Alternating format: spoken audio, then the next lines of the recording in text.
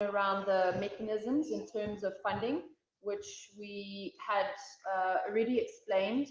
The mechanisms, yes, while initially it will start off as purely fiscus-based from Treasury, and that should be coming in 2023 budget, because right now it's all about the development processes. The other mechanisms are the production hubs, and this will go into the other two questions.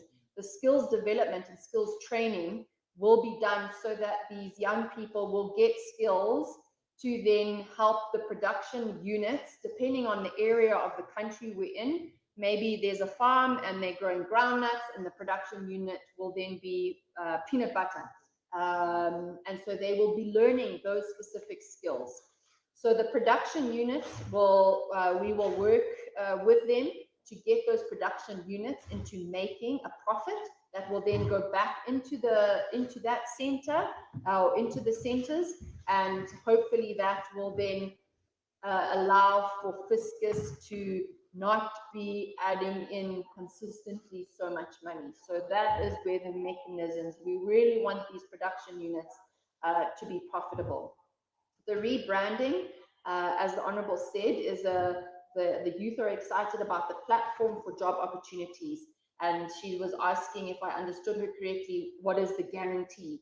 As we had already said, it was a direction given directly from Cabinet that youths that go through this program must be given first priorities coming into civil service, coming in to the different departments and parastatals, community projects, etc.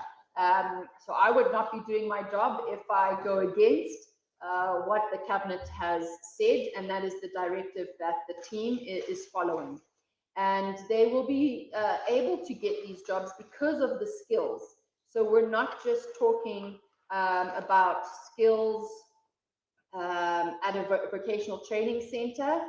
These skills will be different skills. Again, it will be dependent on the consultations that we do with everybody, but it will also be dependent on the area in which the structure is. If we're in Matabeleland North, maybe it's more cattle, goat rearing. If we're in Mash West, maybe it's more tobacco farming. So it will be dependent on where we are, so that the youth from those areas are given the skills that they can use in those areas.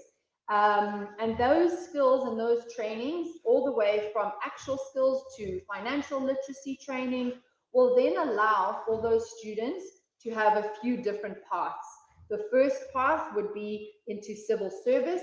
The second path would be into our vocational training centers for a longer skills training. And the third path would be allow for them to then potentially go back into higher and tertiary education. So that is the way. These skills are going to be a variety of skills, not just livelihood skills or soft skills. They're going to be actual skills. So I think those were the three questions that she spoke about. If there's any further clarity, happy to respond. Thank you, Chairman. Okay, while we are waiting for our President, Honorable Minister, may I also raise some questions? What do you have?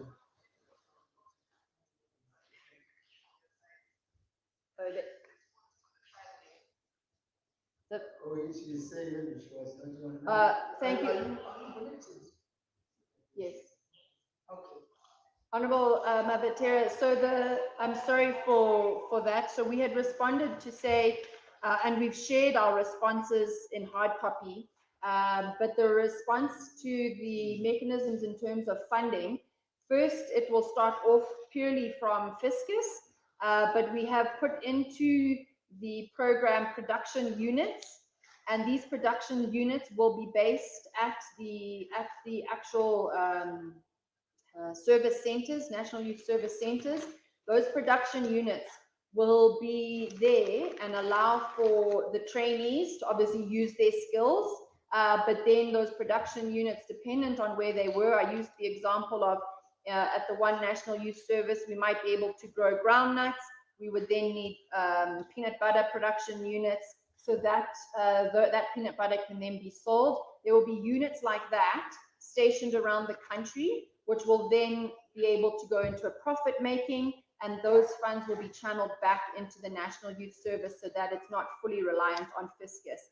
And there is a, I believe, I think it was a five-year program that we were working on, where after year 1, those units should be at X amount production, year 2, year 3, year 4, so that we have a rough idea of what those budgets and those profits coming from those production hubs will allow for fiscus to slowly put less and less into the funding. I hope that has brought clarity.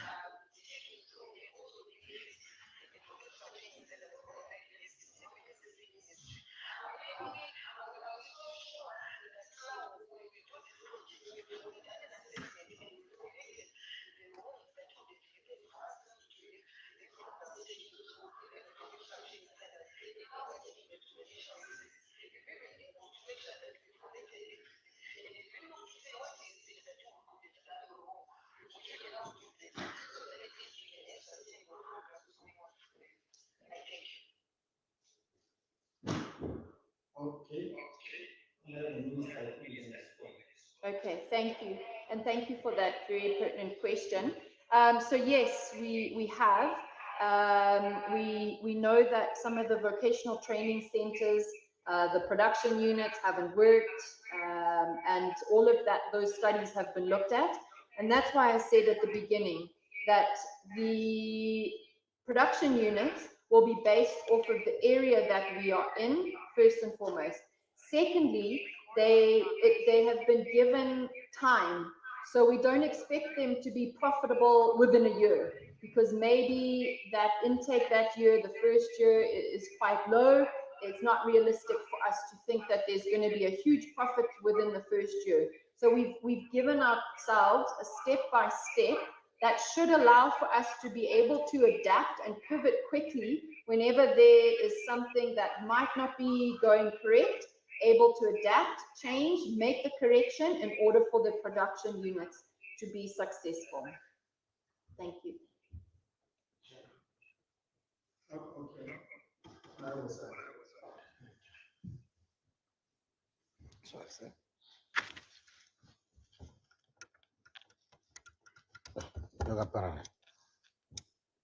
Thank you very much, Chair.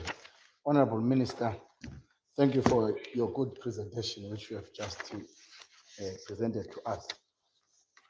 I need clarity, Honorable Minister. You know, we've got the old system of the National Youth Service, which was existing. We've got also the newly branded, like the chairman was saying, Honorable Chair. Tell me the difference.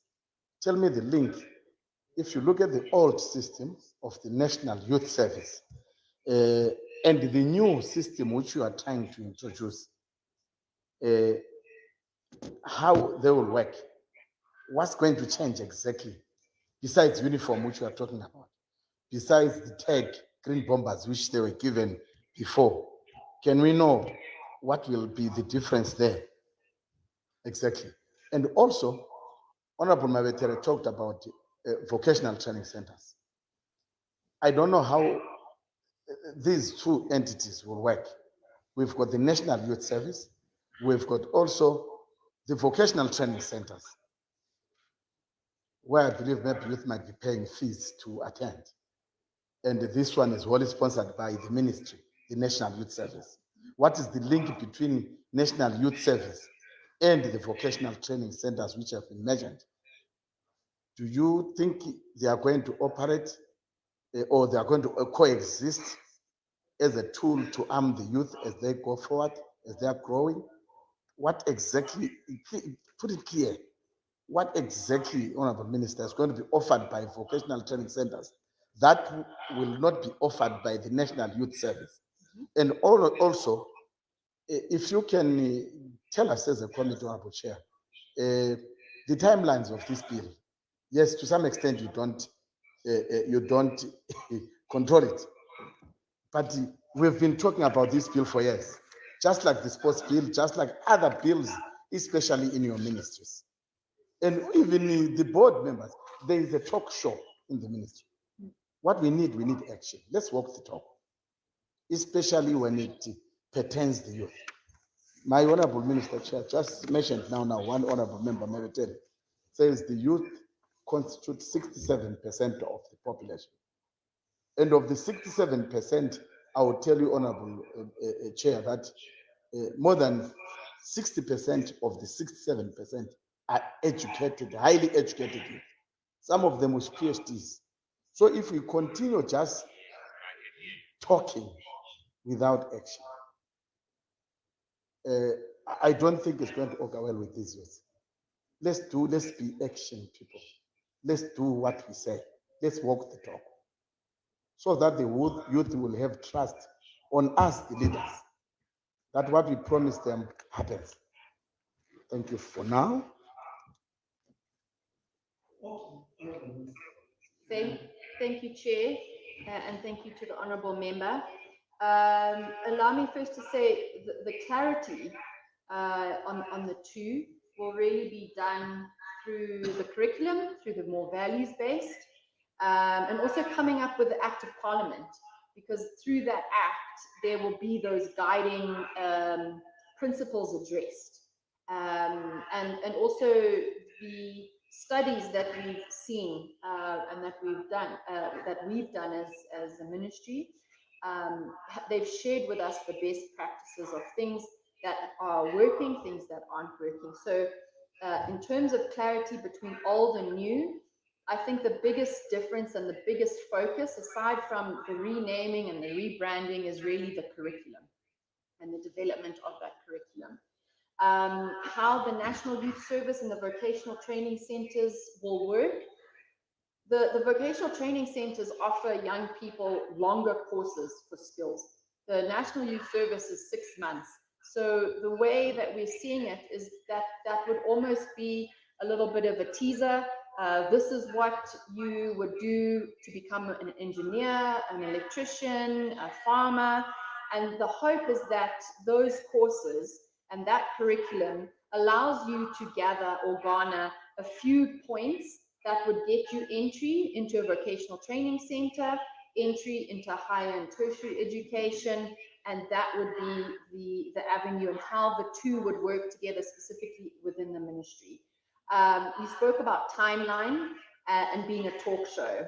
I would love for our ministry to be able to have full control over a bill. You as parliamentarians know that that is not possible, and that there are other ministries, other departments that are overloaded with bills that we sadly have to rely on for anything to move forward. I would request that when the bills do eventually come to Parliament, that I have your full support as a committee responsible for these bills to push them through as quickly as possible and have them streamlined. I question daily why our consultations are not using ICT, why we physically have to go around to provinces when we all generally have smartphones. We've seen how many people around the country have phones and access to phones. Why are we not getting information in that way that could help the process move quicker? We're stuck in an age where things are very slow. So while the ministry, we have 3 or 4 of our bills with the Attorney General. We're waiting for them to do the 0 draft before anything else can go forward. So as a ministry, our talk show, we're walking the talk, we've done what we can do, we now are sitting and waiting. So I would request as parliamentarians, maybe if you can ask the question of where these processes are, and we can get those relevant officers to come and give you and me those answers. Thank you. Okay, Honorable Minister, it's only that person came, it was a substantive issue. We must come. The issue of the comprehensive review. Yeah. We're going to ask you as an independent person. Yes. Because to us, it's one of our deliverables. 100%. Yes, so Yep. we'll come to that. So far, Honorable Minister, Yes. you know, it's not homogeneous, a homogeneous group. It's a heterogeneous group. We are talking of using various groups. Do you have a database for this? A database. A Of the database national of the youths that you want to do. You want to have a program, and do you know the youths in terms of their numbers, in terms of those who have graduated, those who haven't graduated, those who did medicine? Do you have a rough idea of the youth who are being made to participate in this program? That's one question. Then the other question is, when do we expect the first group to train? We have the timelines of the first batch, and how many do you expect to train in your initial batch? Do you have the numbers, rough numbers? Maybe resources may not permit you, but you should have your targeted number. How many are you targeting it? And maybe last week, do you have a follow-up mechanism if they graduate? Where are they going to go? If they fail to get into government jobs, what else do you do to them? Yes. Okay. Thank you, Chairman. So in terms of a database, our database is pulled from many different sources. We obviously have the latest database being the census, which will give us a good idea on number of overall youths from around the country. Secondly, we do get a database that is shared with us from primary and secondary and higher and tertiary of graduates from university, those that have maybe left school after O-levels. I believe that is about 300,000 a year. So we have those database. And then we have through our Zimbabwe Youth Council, all the different youth organizations, their numbers. So we have all these different databases that through the ministry they come through, and we obviously have to vet almost, for lack of a better word, in terms of the legitimacy of those numbers. So we have to go through it. But those really are the youths that we will be targeting, those that are leaving school early and don't have any other options, those youths that we already know of through our national Zimbabwe Youth Council, through the organizations and the community organizations. And then we can also go back down all the way through even to our village heads and our chiefs to say, right, this is what we've been told in this community. Can you verify that there's this number of youths that are unemployed or sitting around?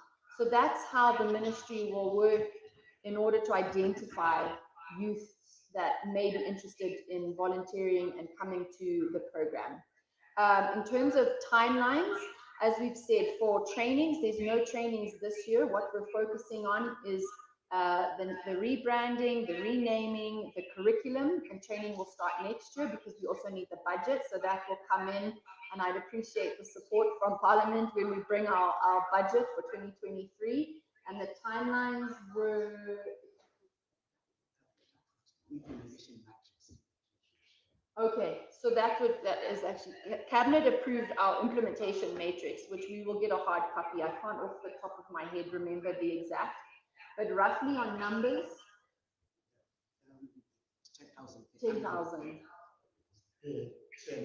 10,000 per annum for the start. For the first year, it was 10,000, and that was also due to fiscus and also the structures, the 6 National Youth Service buildings that we have would need to be refurbished and updated. So that will also continuously happen over the next few years and get bigger. But to start off with, for the first year, it was 10,000. And then the follow-up. So if a graduate from the National Youth Service has not been able to get a job with civil service or a parastatal, or they don't want to go further on to higher and tertiary, or they don't want to go on into a vocational training center, the other options that we will be sharing with them at the National Youth Service are the opportunities in and around entrepreneurship. That's where I'm saying the skills that will be taught will be based on provinces and areas that they are, because then the option to potentially come up with a business plan and go through to Empower Bank or Women's Bank or the Farming Bank could then be a possibility. And all of those areas will be shared with the students to say, these, if you don't want to go to these 3 or 4 opportunities and you want to start your own entrepreneurial business, here's Empower Bank, this is what you would need. And through the course and part of the skills are things like financial literacy, business planning, those kinds of things. So those would be the other options if a young person didn't want to formally go onto a vocational training center or into the civil service or into a higher and tertiary education. Okay, thank you. I think there's no other question around this issue. Okay. Maybe we can move on to the next issue. Yes. The issue of Zimbabwe transport. When do you expect your football? Thank you, Jem, and let me respond. So we had the 2 questions, which was in and around the request for the update on the Zimbabwe Youth Bill, which I think we have spoken about, and that we are awaiting and the present update on the progress made towards the drafting of the national bill. The internal 0 draft is in place, and it's now awaiting the Attorney General office. So we're waiting for the Attorney General's office to finish their drafting, and then it will come out for further consultations and obviously key stakeholders. And we've requested budget for that process to happen. Then on the Zimbabwe Youth Council board and your question. So as we all know, the minister has the duty of appointing 8, including the chairperson. That was done last year, I think. And in accordance with subsection 3B(2) of the Youth Council Act, activities to elect the remaining 7 based on nomination from registered compliant national youth associations are currently underway. And the activities to elect the 7 in terms of subsection 3B(2) will be completed by this 3rd quarter. To give you some more background, we had, that this youth board has been outstanding even before my time, for a long time, I think since 2015, is that correct? And so what we found when we now had to reintroduce a board is that the outgoing board is supposed to be in charge of the elections for the incoming board. So when there's no board, we had to write to the Attorney General to say, what is it that we do? And the response that we got was that the 8 appointed are allowed to oversee, but not to run, and that there must be independent people through ministries, through ZYC, to do the election.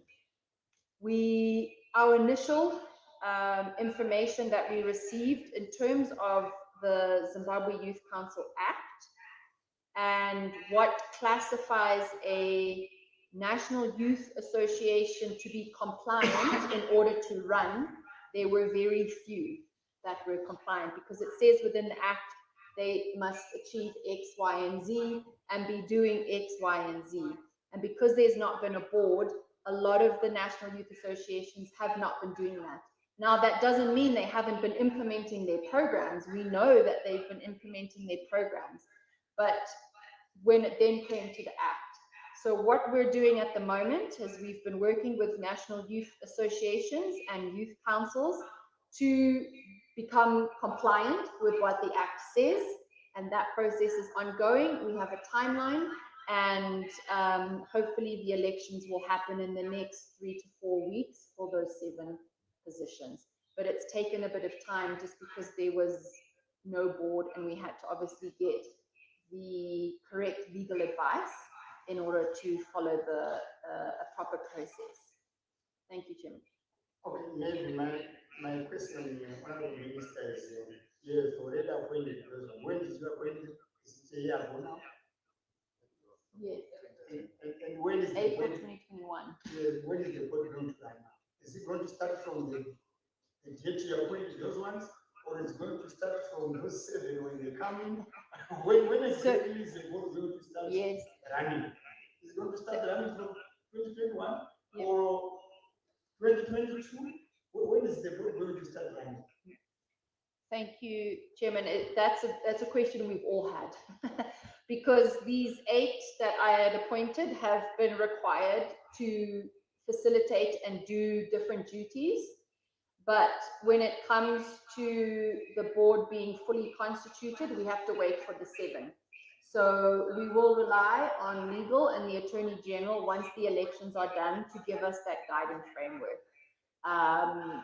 Personally, and with everything that's been going on, my understanding as right now, and from the conversations we've had, I can ask my legal director to give a more in-depth conversation, is that once the election is done and we have the 7, we will then relook. What I will do is relook at the 8 that were appointed to make sure that we have provincial and gender balance as well as sectorial balance. If there is not that sectorial balance, I may need to adjust my appointed members to ensure that. And then the board will be fully constituted and start from that time. But we needed the 8 appointed members to come in because they are the majority in order to have the elections. So that's where we are at this point. I don't know if my legal, is that right? Right. Okay. Another question, maybe to you and the legal. Is it not possible to recall those who were in the post to do the elections? From 2015? Yes. Is it not possible to recall them to do elections? From a legal point of view, it's not question. Because some of them are harmed. I don't think they are all out of the country, or they are all dead. They may be there. Is it possible to call them so that the elections will have a vote? I don't know. Something that you have to look at. So if memory serves me correct, Chairman, it was something that I had spoken to the Attorney General, but he said because the 8 appointed members were already there and had gone through vetting and were relevant today and were going to be a part of the board, that they were able to oversee the election. I can ask my legal advisor to, I think from the conversations had, the members from 2015 were very removed and were no longer part of youth associations or not youth themselves, and so they had, that was the reason for moving forward in this way. But is it good for other members to anytime to oversee elections of other members? No, so these 8 are not over, they are overseeing the process, not the actual election. Okay, so maybe I can come in. The 8 will I think not. Kanya stand. Okay. So the advice was that in terms of the act says that the minister shall put in place 7 members and shall elect a chairperson. Those are 8. And the board, the council, shall convene a meeting for the election of the 7. So what the 8 will do is to convene the meeting, but overseeing the election, there will be an independent committee which Yeah, will they be don't put do in place, but the board should convene that meeting. And so the board will convene that meeting in compliance with section 3B of the Act, subsection 2 of the Act, for purposes of compliance and to avoid legal backlash. So it is this 8 who is part of the board coming in to just convene, that is to make a call to say that you national youth associations are being invited for purposes of election. The election will go on as by an independent elections committee, which will oversee the elections, because we do not have a board.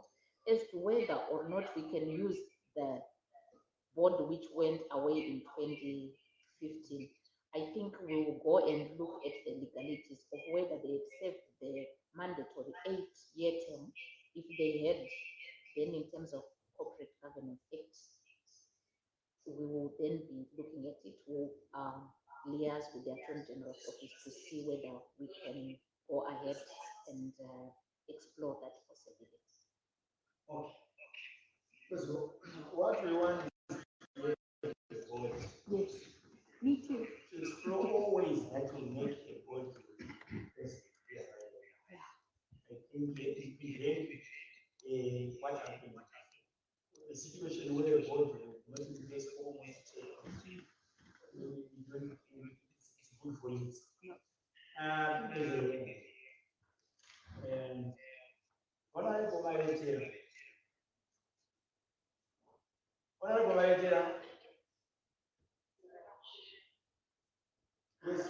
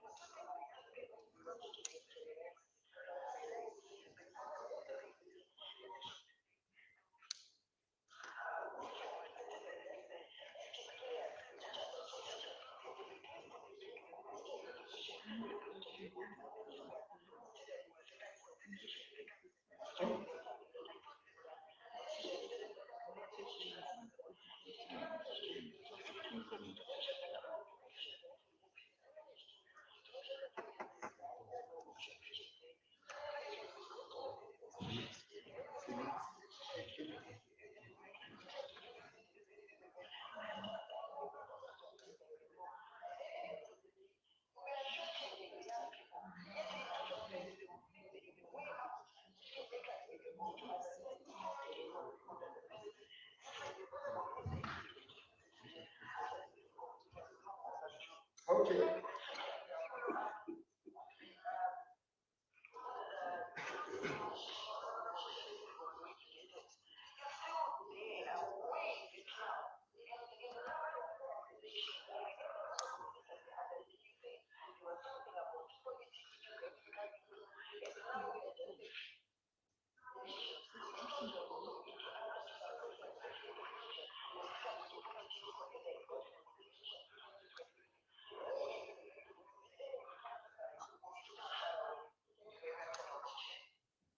Okay, I think you were here. Maybe you just put together Thanks. the meeting. Yeah, thank you, Chairman and Honorable Mavatera. The youth bill, as said a few minutes ago, is at the Attorney General's office waiting for the zero draft. There's nothing further that as ministry we can do. We await for them to give us the zero draft, which will then go into the consultations. As a member of parliament, you know that process. In terms of your first question, in and around why are we waiting, we haven't been waiting. When we saw last year that I believe there were only 3 youth organizations that would actually pass or be able to be compliant, we realized you can't hold an elections for 7 positions with 3 people. So we called all of the youth councils and associations and started doing capacity building with them to help them get to be compliant. We now have 60. So that is what we've been doing in the last few months. And now you can actually hold an elections for 7 positions with those that have been compliant.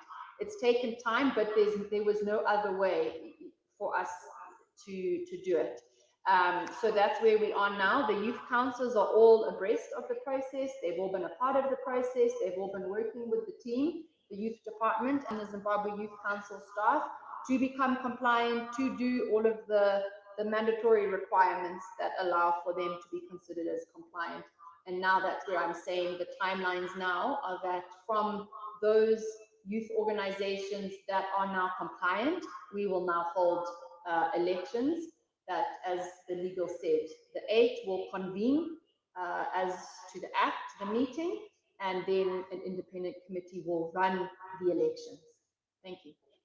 Okay, Honorable Minister, I'm very much interested in the youth. I'm very, very, very much interested in it. I remember in your office, you've got only one act that specifically talks about you, which is the Zimbabwe Council. And you are not powerful minister without laws. I know. You know, That's why it's sitting at the Attorney General's office. so what gives you power are the laws that are under your ministry. Yep. So we are worried about how we are going to do your job effectively if you don't have the laws. And here we'll be always dealing with other ministers' laws. Coming here, we do laws, committee stage, we do another law, committee stage, we do another law, committee stage. There's no law coming from your ministry. And we are worried. I'm worried too. So how can we help you? How can we work together so that we make sure that law comes to this house, no matter how bad, no matter how bad it is, we want it here. Chairman, I've seen the draft, the internal draft that we've produced, and I know that some of the committee members even had some input in the initial one, and it's a very strong draft. So right now, I'm very happy that also we've got the 4th estate and some of our media here. And I'm glad this conversation is happening, because maybe they can also put a bit of pressure. But I can also appreciate that the Attorney General's office, specifically the drafter's office, are very overloaded. But we need to push for our bills to be prioritized so that they come through. And I'm hoping that from this conversation and the reports that will come from this conversation, we will get the adequate pressure applied. Okay, my position is, we want to know who is responsible, so that we call that person here as a committee. We want to call the person responsible, the person with the view on his desk or her desk, to come and before this committee and tell us what is going on with that bill. And if he will, that person will give us timelines. When are we expecting the bill? Give us the dates. No matter how bad it is, it will be panel here. And then it starts moving on. And when we move with amendments, we start doing amendments, but with a bill in place. Chairman, I just want to supplement what you said. Thank you. Sorry. I think the chairman is trying to make life easy for you as a minister, as a minister at your ministry. Your legal team must be proactive. The sports bill, you don't have it. Quite a number of bills, you don't have them. And how do you operate? When it comes to sports in the country, you are failing to do it properly because you don't have law, which guides you to do the right thing. Because it is to be a talk show without action, because we are not, chairman, supported by the law. You've got only the youth policy, the youth act, only that, and nothing else. The sports policy, the youth bill, you don't have those things. Now, how do you operate as a minister to support your actions at the ministry? A lot of things have happened in terms of sports, but you've got no power, that grip to do it. How best can we help, as you say? Can we have that person who's holding onto your bills to come here and explain to Parliament why it is taking so long? We've got a ministry which is non-functional because of laws which are not in place. Thank you. Okay, I think that's we need to know. And we'll call that person in the next meeting here. I think, Chairman, allow me to say thank you to the committee, because as a ministry, I know my director, I asked her weekly, where are we, where is it, what's happening? I think she's tired of me asking her. So what we will do is we'll get a hold, I'll get that contact person and we'll share that directly with you after this meeting so that you can ask those questions. And that we can get it moving forward. I'm just as anxious as all of you. I'm tired of waiting because the process, I mean, our two new, the SRC amendment and the Zimbabwe Integrity Sports Bill, as well as the Youth Bill, were handed in 2 months ago. The sport bills were handed in at the beginning of this year, but the youth we send instructions at the same time, but because they said that they were busy, we then took it upon ourselves as a ministry to come up with a zero draft, as in we drafted, and we then sent in the draft. Yeah, that's 2 months ago for the youth bill. The same applied to the sport bills. We went with it. I think some of the committee members, we went with them to Kadoma. We did the draft. We did the consultation. But because the drafting department is understaffed and has got so many bills coming up, we then took it upon ourselves as a ministry to go and also come up with drafts so that they then just do their work as the legally drafters. We can only come up with a layperson's draft. They would then come up with what are called drafts because they are the drafters. So those are with the drafting department of the Attorney General's office. So in terms of being proactive, we've actually done more than what's expected of us. And we've produced those layman drafts that they would just need to go in and then change and adapt. But those drafts are very strong. So we'll continue pushing from our side, but I think it would be very helpful to us, for you as a committee and for parliamentarians to push as well. Yes, Honourable Minister, we want to know who is the point person there, who can come before this committee, even if it's Minister of Justice. We are prepared to call the Minister of Justice to come here. It's unfair for other ministers to have 10 acts, 40 acts, while this minister doesn't have a single act.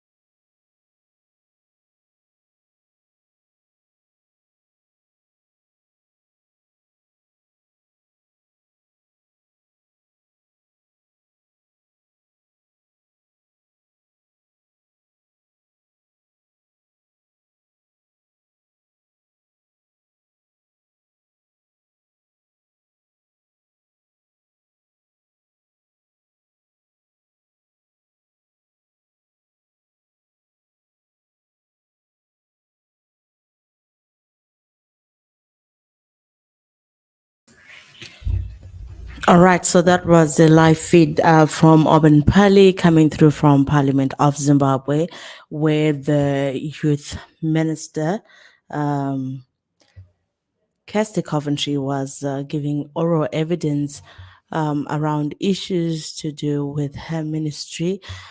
Two questions in the open sessions there. Petition from the National Association of Youth Organizations on the need for government to reconsider the proposed reintroduction of the National Youth Service Program, as well as the progress made towards the development of National Youth Bill and understanding and outstanding appointments of the remaining Zimbabwe Youth Council Board. And Minister Kirsty Coventry there is speaking on the various efforts that they have made in their ministry, and obviously people frustrated in there asking about the many different facets of the ministry, issues to do with the sports bill, issues to do with the artists. I remember somebody in the comment section saying that the ministry has failed because it excludes the musicians. So there is so much that still needs to be done in the Ministry of Youth in order for the youth to have trust in the processes of what they are doing. So thank you so much, Zimbabwe, for tuning in to Zimbabwe Daily, that live feed coming through from Auburn Pali. This is Yvonne speaking to you. Join us at 12:30 as we continue our Understanding Democracy Conversations Part 3. We're looking at constitutionalism and the Electoral Act challenges and opportunities. And we'll have Rosalind Hanzi in studio as well as Margaret Zenome. So do tune in and let us have that conversation together. Pleasant viewing.